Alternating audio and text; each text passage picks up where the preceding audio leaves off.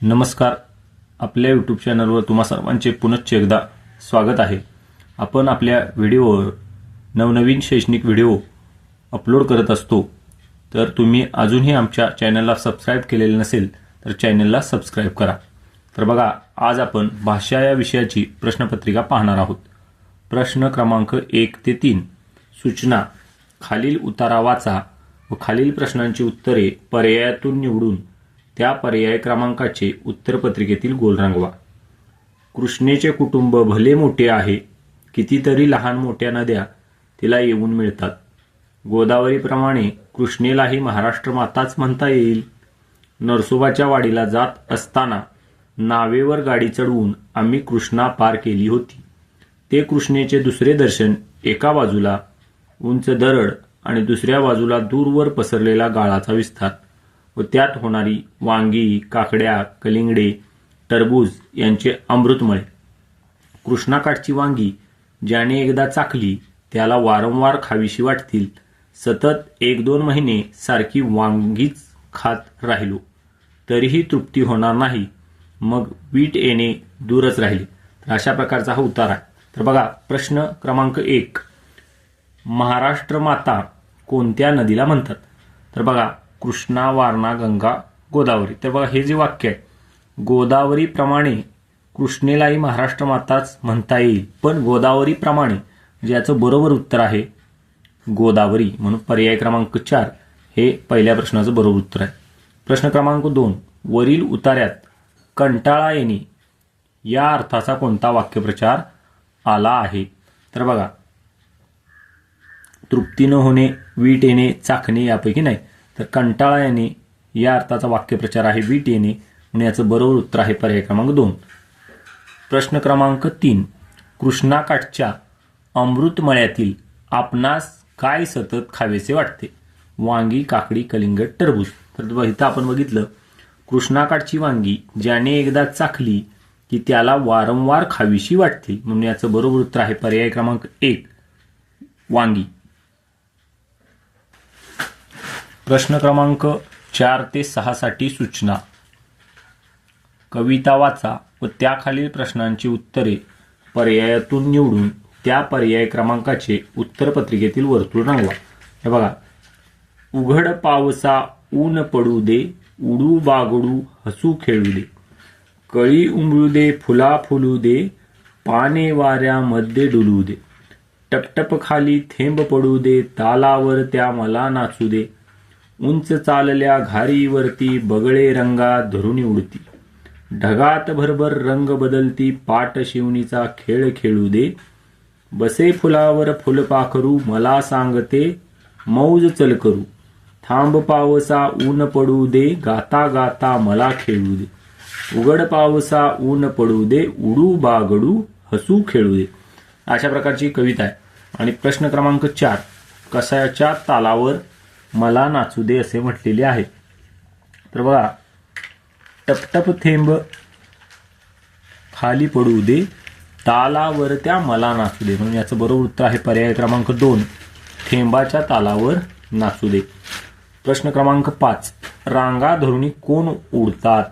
तर बघा, रांगा धरुणी कोण उडतात? तर बघा, याचं बरोबर उत्तर आहे बगळे. बगळे रांगा धरुणी उडती. इथं प्रिंट मिस्टेक थोडीशी झालेली आहे. प्रश्न क्रमांक 6. फुलपाखरू मुलाला काय सांगते? तर बघा, बसे फुलावर फुलपाखरू मला सांगते मौज चल करू, म्हणून याचं बरोबर उत्तर आहे पर्याय क्रमांक 4 मौज चल करू. प्रश्न क्रमांक 7. खालीलपैकी समान असणारा पर्याय सांगा. तर बघा, समान असणारा म्हणजे समानार्थी शब्द आपल्याला शोधायचा आहे. नयन, पवन हा समानार्थी नाही. गगन, सदन समानार्थी नाही. तर बघा, रवी, भास्कर, सूर्य, दिनकर, दिवाकर हा समानार्थी शब्द आहे, म्हणून पर्याय क्रमांक 3 याचं बरोबर उत्तर आहे. प्रश्न क्रमांक 8. अचूक पर्याय निवडा. तर बघा, हे पिल्लूदर्शक शब्द आहेत. तर बघा, शेळीच्या पिल्लाला रेडकू आपण म्हणत नाही, गाढवाच्या पिल्लाला करडू म्हणत नाही, सिंहाच्या पिल्लाला बच्चा म्हणत नाही, तर आपण घोड्याच्या पिल्लाला शिंगरू म्हणतो, म्हणून याचं बरोबर उत्तर आहे पर्याय क्रमांक 4. तर बघा, प्रश्न क्रमांक 9. शुद्ध शब्द ओळखा.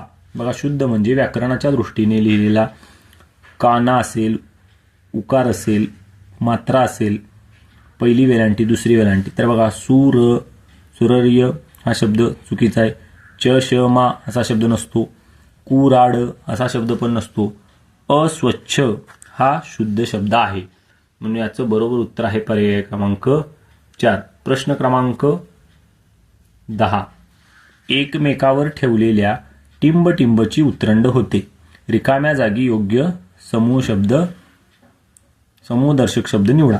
तर बघा, एकमेकावर ठेवलेल्या मडक्यांची उतरंड होते. म्हणून याचं बरोबर उत्तर आहे पर्याय क्रमांक 4. मडक्यांची उतरंड.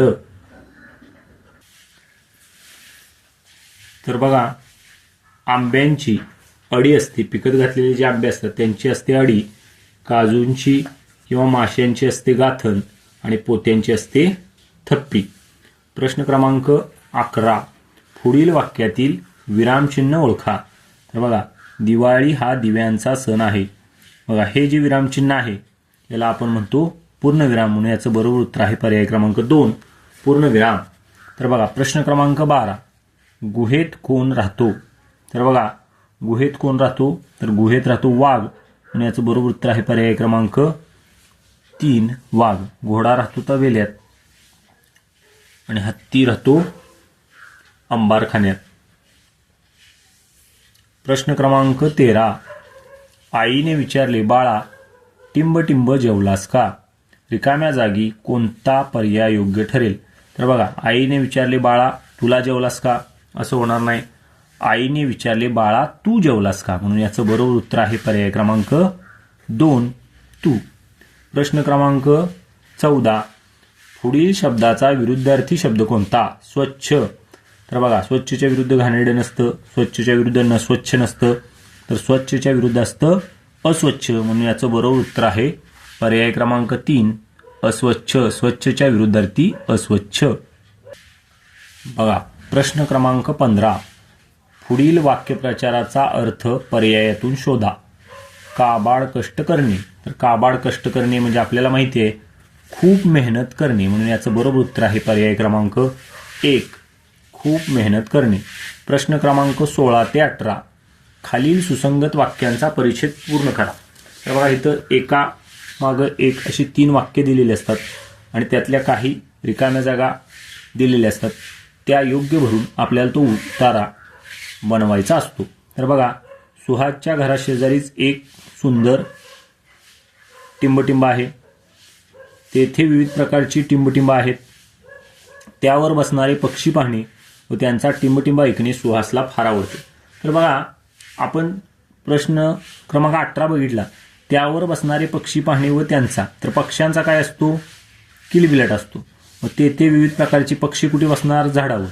आणि सुहासच्या घराशेजारीच एक सुंदर काय असणार आहे. मग बाग असणार आहे. म्हणून याचं बरोबर उत्तर आहे सुहासच्या घराशेजारीच एक सुंदर बाग आहे. तेथे विविध प्रकारची झाडे आहेत. त्यावर बसणारे पक्षी पाहणे व त्यांचा किलबिलाट ऐकणे सुहासला फार आवडते. प्रश्न क्रमांक 19. खालील प्रश्नात रिकाम्या जागी कोणती अक्षरे लिहिल्यास सर्व शब्द अर्थपूर्ण होतील. तर बघा, पहिला पर्याय आपण बघूया. वदन, लोचन, आनन. याचं बरोबर उत्तर आहे पर्याय क्रमांक 1. अशा वेळी आपण पुढच्या पर्यायांकडे जायचंच नाही, कारण पहिल्या पर्यायामध्येच आपलं उत्तर सापडलेलं आहे. प्रश्न क्रमांक 20. आज आमच्या शाळेला 50 वर्षे पूर्ण झाली. योग्य शब्दसमूह वापरा. तर बघा, 50 वर्ष पूर्ण झाल्यानंतर सुवर्ण महोत्सव साजरा केला जातो. म्हणून याचं बरोबर उत्तर आहे पर्याय क्रमांक 3. सुवर्ण महोत्सव. बघा, अमृत महोत्सव हा 75 वर्ष पूर्ण केल्यानंतर साजरा करतात. हिरक महोत्सव 60 वर्ष पूर्ण केल्यानंतर आणि शतक महोत्सव 100 वर्ष पूर्ण केल्यानंतर. प्रश्न क्रमांक 21. अनेक वचनी नसणारा शब्द कोणता. तर बघा, वह्या हे अनेक वचन आहे. भांडी अनेक वचन आहे. घरे अनेक वचन आहे. अनेक वचने नसणारा शब्द आहे पान. तर बघा, वही वह्या, भांडे भांडी, घर घरे आणि पान अनेक वचन आहे. पानचं अनेक वचन होतं पाणी. प्रश्न क्रमांक 22 म्हण पूर्ण करा. बळीतो टिंब टिंब पिळी. तर बघा बळीतो याचं बरोबर उत्तर आहे पर्याय क्रमांक 3 बळीतो कानपिळी. प्रश्न क्रमांक 23 विशेषण ओळखा. राघव साहसी मुलगा आहे. तर बघा आहे क्रियापद आहे. साहसी तर बघा साहसी हे विशेषण आहे कारण राघवबद्दल विशेष माहिती सांगितलेली आहे. साहसी. प्रश्न क्रमांक 24 सागरने दुकानदाराला वहीचा भाव विचारला. भाव या शब्दाचा योग्य अर्थ लिहा. तर बघा भाव म्हणजे भक्ती. भाव हा देवाची भक्ती, पण इथं दुकानदाराला वहीचा भाव विचारला म्हणून याचं बरोबर उत्तर आहे भाव या शब्दाचं किंमत, म्हणून याचं बरोबर उत्तर आहे पर्याय क्रमांक 2. आणि प्रश्न क्रमांक 25 खालीलपैकी कोणता जोड शब्द नाही. पालापाचोळा, नोकर चाकर, कानाकोपरा आणि चारावारा. तर याचं बरोबर उत्तर आहे चारावारा. अशा पद्धतीनं आपण मराठीची प्रश्नपत्रिका पाहिलेली आहे.